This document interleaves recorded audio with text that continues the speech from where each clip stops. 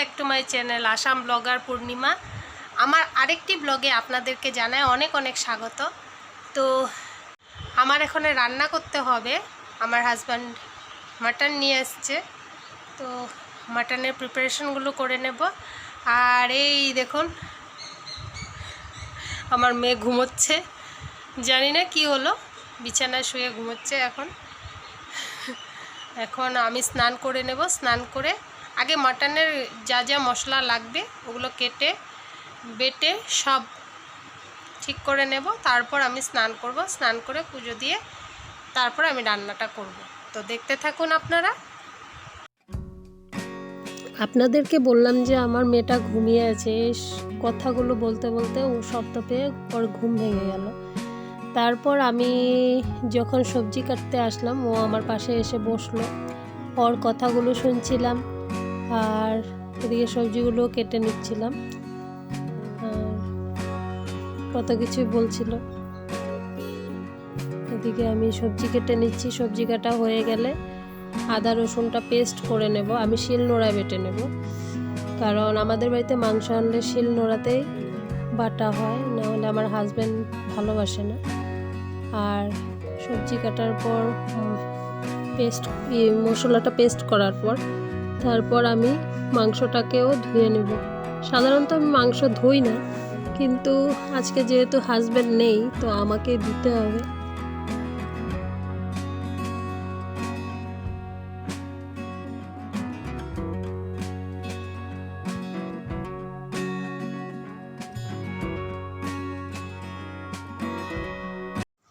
এখানে আমি মাংসটাতে পেঁয়াজ আর একটা টমেটো দিয়ে দিয়েছি। আমি সাধারণত টমেটোটা কমই দিই, টক দই ব্যবহার করি, কিন্তু আজকে বাড়িতে টক দই ছিল না, কারণ আমি 2 দিন যাবৎ দুধ রাখছি না, তার জন্য দইও রাখতে পারিনি। তাই আজকে টক দই দিইনি, টমেটো আর পেঁয়াজটা দিয়ে দিয়েছি। এখন আমি বাটা মশলাগুলো দিয়ে দেব। এখন এটাতে আমি দিয়ে দেব আদা রসুন বাটা। তারপর আদা রসুনটা আমি পুরো মিক্স করে বাটিনি, এটা আধা আধা বাটা। আর এখানে আছে জিরে গুঁড়ো, লঙ্কা গুঁড়ো, সব একসাথে মিশিয়ে নিয়েছি। এটা আমি এখন এটাতে দিয়ে দেব, দিয়ে এটাকে আমি ভালো করে ম্যারিনেট করে নেব।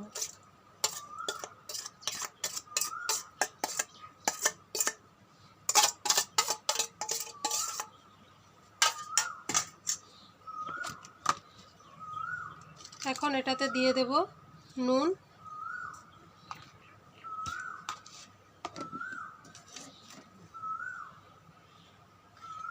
দিয়ে দেব একটু হলুদ,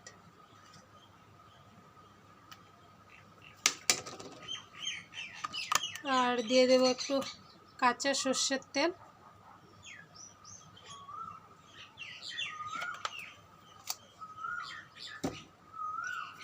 এখন এটাকে আমি ম্যারিনেট করে নেব, দেখতে থাকুন।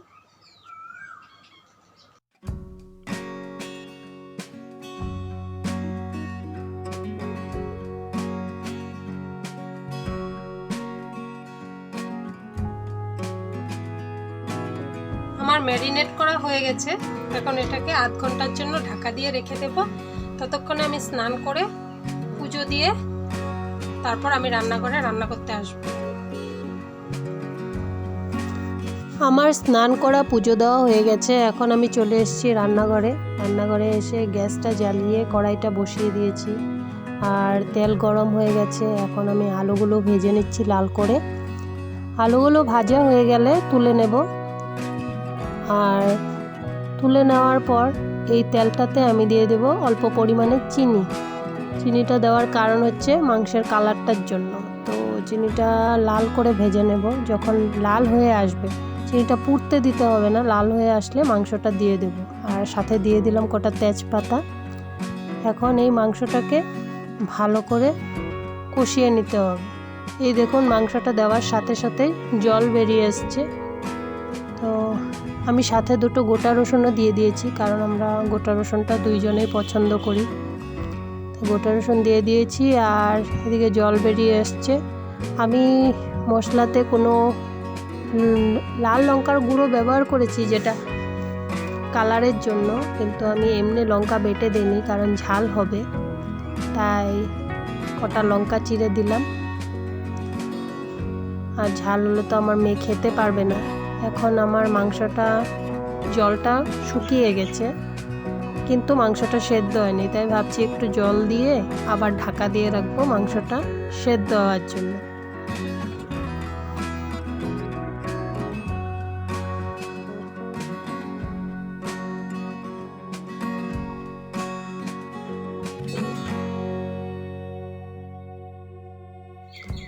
এখন আমি মাংসর ঢাকাটা তুলে দেখছি যে মাংসটা 80% কুকড হয়ে গেছে। এখন ভাবছি যে ভাজা আলুগুলো দিয়ে দেব। তো ভাজা আলুগুলো দিয়ে দেওয়ার পর এখন আমি মাংসটাকে আবার ঢাকা দিয়ে রাখবো যাতে আলুগুলোও ভালো করে সেদ্ধ হয়ে যায়। এখন আমার মাংসটা হয়ে আসছে। এখন এটাতে আমি একটু এলাচ বাটা দিয়ে দেবো। আপনারা তো জানেনই আমরা গরম মশলা বলতে এলাচ বাটাটা ইউজ করি। এলাচ বাটাটা দিয়ে গ্যাসটা বন্ধ করে ঢাকা দিয়ে রাখবো যাতে গন্ধটা বের হয়ে না যায়।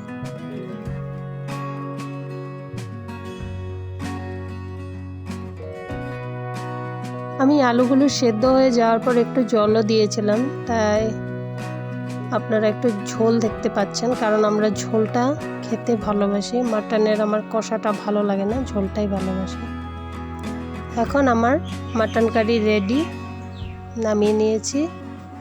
দুপুরে খাওয়াটা খেয়ে নেব আমার হাজব্যান্ড আসলে। Good evening. আপনাদের সাথে লাস্ট দেখা হয়েছিল দুপুরে যখন আমি রান্না করছিলাম।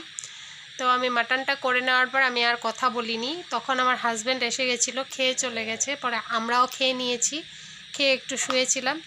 তারপর উঠলাম, মেয়েকে পড়াশোনা করিয়ে দিলাম। এখন বাজে রাত 9টা। তো ভাবছি রাত্রে আটা মেখে রেখেছি, রুটি করে নেব, কারণ আমার হাজব্যান্ডেরও জ্বর এসেছে, বাড়ির সবাইরই জ্বর। তাই ভাবছি এখন রাত্রে রুটি বানিয়ে নেব, আর দুপুরের তো মাটন আছেই, তা দিয়ে রাত্রে খাওয়াটা চলে যাবে। তো আপনারা দেখতে থাকুন। ডিনার কমপ্লিট, এখন শুয়ে পড়ব। মানে আমার খাওয়া হয়ে গেছে, আমার হাজব্যান্ডেরও খাওয়া হয়ে গেছে। মেয়ে এখনও নিয়ে বসে আছে, ওর খাওয়া হয়নি। তো ওর খাওয়াটা হলে আমরা শুয়ে পড়বো। আমার হাজব্যান্ডের খুব এখন জ্বর এসে গেছে, ও শুয়ে আছে ওষুধ খেয়ে, আর আমরা দুজন শুবো। তো আজকের জন্য এতটুকুই। এই ব্লগটাকে আবার কালকে কন্টিনিউ করব। যতদিন সুস্থ না হই এইভাবেই আমার ব্লগ চলবে। সুস্থ হয়ে গেলে তারপর আবার প্রপার ব্লগ দিতে পারবো। তো আজকের জন্য গুড নাইট, গুড মর্নিং। এখন বাজে সকাল 7:30। আমরা ঘুম থেকে উঠে গেছি 7:10 এমন সময় উঠেছি আমি আর আমার মেয়ে। আজকে যেহেতু হাজব্যান্ডের শরীরটা ভালো না, তো ও শুয়েছিল, একটু দেরি করে উঠেছে। তারপর উঠে মেয়েকে ব্রাশ করিয়ে দিলাম, যেহেতু আজকে ওর স্কুল আছে। আর আমি করে নিয়েছি ভাত, রুটি মেয়ের জন্যে। আর এখন মেয়ে স্কুল যাবে, তারপর আপনাদের সাথে কথা হচ্ছে।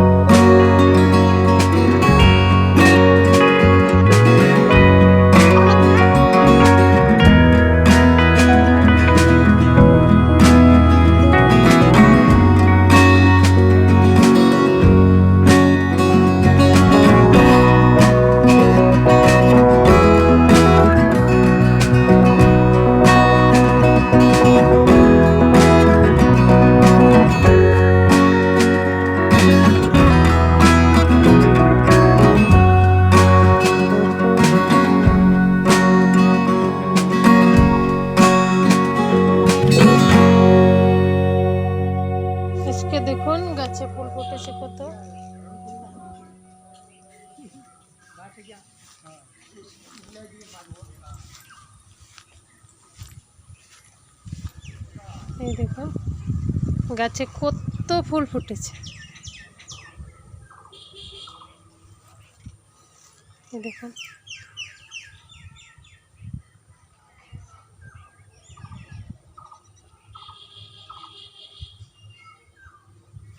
এভাবে ফুলগুলো দেখলে না মনটা একদম খুব ভালো লাগে, মনটা ভরে যায়। সকাল সকাল ঘুম থেকে উঠে ফুল দেখে মনের মধ্যে একটা খুশি খুশি ভাব হয়। তো দেখতে পেলেন মেয়ে আর হাজব্যান্ড চলে গেল।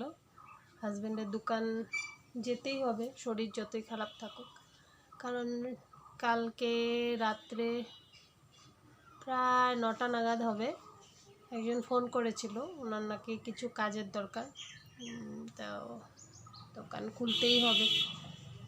বলেছিলাম তোমার দোকান যেতে হবে না, থেকে যাও আজকে ঘরে, সব দিনই তো দোকানটা খুললো, একদিন না হয় নাই খুললে কি হলো। তো ওই লোকটার জন্যই দোকান খুলতে হবে, কেননা কাস্টমার তো আর খারাপ করা যাবে না। একদিন এক কাস্টমার চলে গেলে আর সে ঘুরে আসবে সেটা তো খুব রেয়ার। তাই বললো আমি দোকানটা খুলবো, যদি আমার শরীরটা ভালো না লাগে আমি বন্ধ করে চলে আসবো। এই বলে মেয়েকে নিয়ে বেরিয়ে গেল। আর হ্যাঁ, আপনাদেরকে বলা হয়েছিল যে আমাদের বাইকটা বিক্রি করে দেওয়া হয়েছে। এখন একটা বাইক দেখতে পেলেন, হয়তো আপনাদের মনে কোয়েশ্চেন জাগতে পারে যে ও তো বলেছিল ওদের বাইকটা বিক্রি করে দিয়েছে।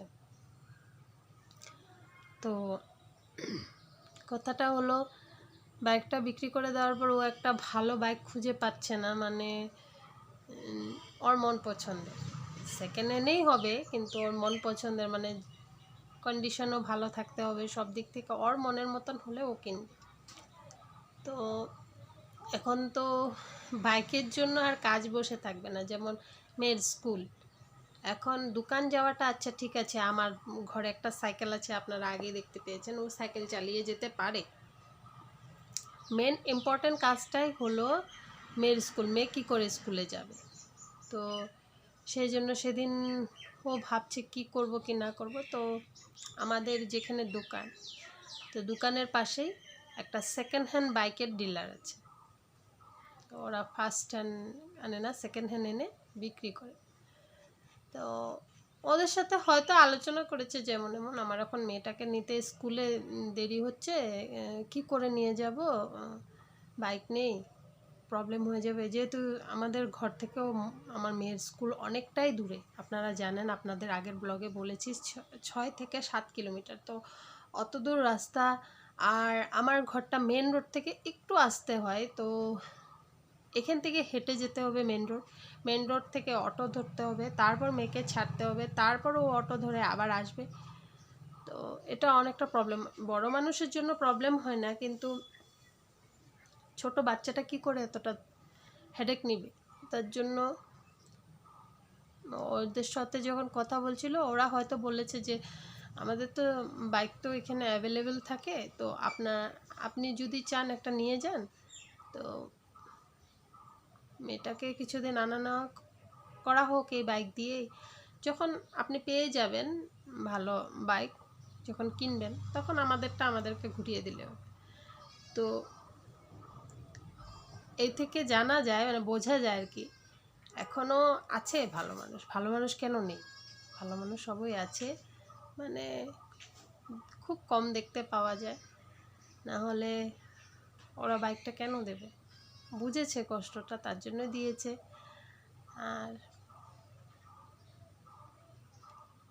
এইভাবে কেউ হেল্প নিজের মানুষও করে না নিজেদের, কিন্তু আজকে ওরা দিয়েছে, বলল যে যতদিন পারেন চলান, যখন আপনি পারবেন কিনতে তখন আমাদেরকে ঘুরিয়ে দিলে হবে। এই জিনিসটাই মানে মানুষের মধ্যে মনুষ্যত্ব জ্ঞানটা কি এটাই দেখা দেয়, এটাই জানায়। তো এটাই ছিল বাইকের আপডেট। এখন ওদের বাইকটা দিয়ে চালানো হচ্ছে, মেয়েকে নিয়ে আনা নেওয়া করা হচ্ছে। তো যখন আমরা নতুন বাইক আনবো, নতুন তো না, সেকেন্ড হ্যান্ড যখন আবার আনবো মনের মতো, তখন আপনাদেরকে আবার জানানো হবে। তো আমি এখনও চা খাইনি, আমার চা হচ্ছে গ্যাসে, তো আমি চা খাবো। তো আজকের ব্লগটাকে আমি আর কন্টিনিউ করছি না, তো আজকের জন্য রাখলাম। যদি আপনাদের আমার ভিডিওটা ভালো লেগে থাকে তো ছেড়ে যাওয়ার আগে একটা লাইক, শেয়ার আর কমেন্ট করতে ভুলবেন না। আর যারা এখন আমার চ্যানেলটিকে সাবস্ক্রাইব করেননি প্লিজ সাবস্ক্রাইব করে নেবেন আর পাশে থাকা বেল বাটনটি প্রেস করে দেবেন, যাতে করে পরবর্তী ভিডিওগুলো আপনাদের কাছে খুব সহজেই পৌঁছে যায়। তো ভালো থাকবেন, সুস্থ থাকবেন, টাটা।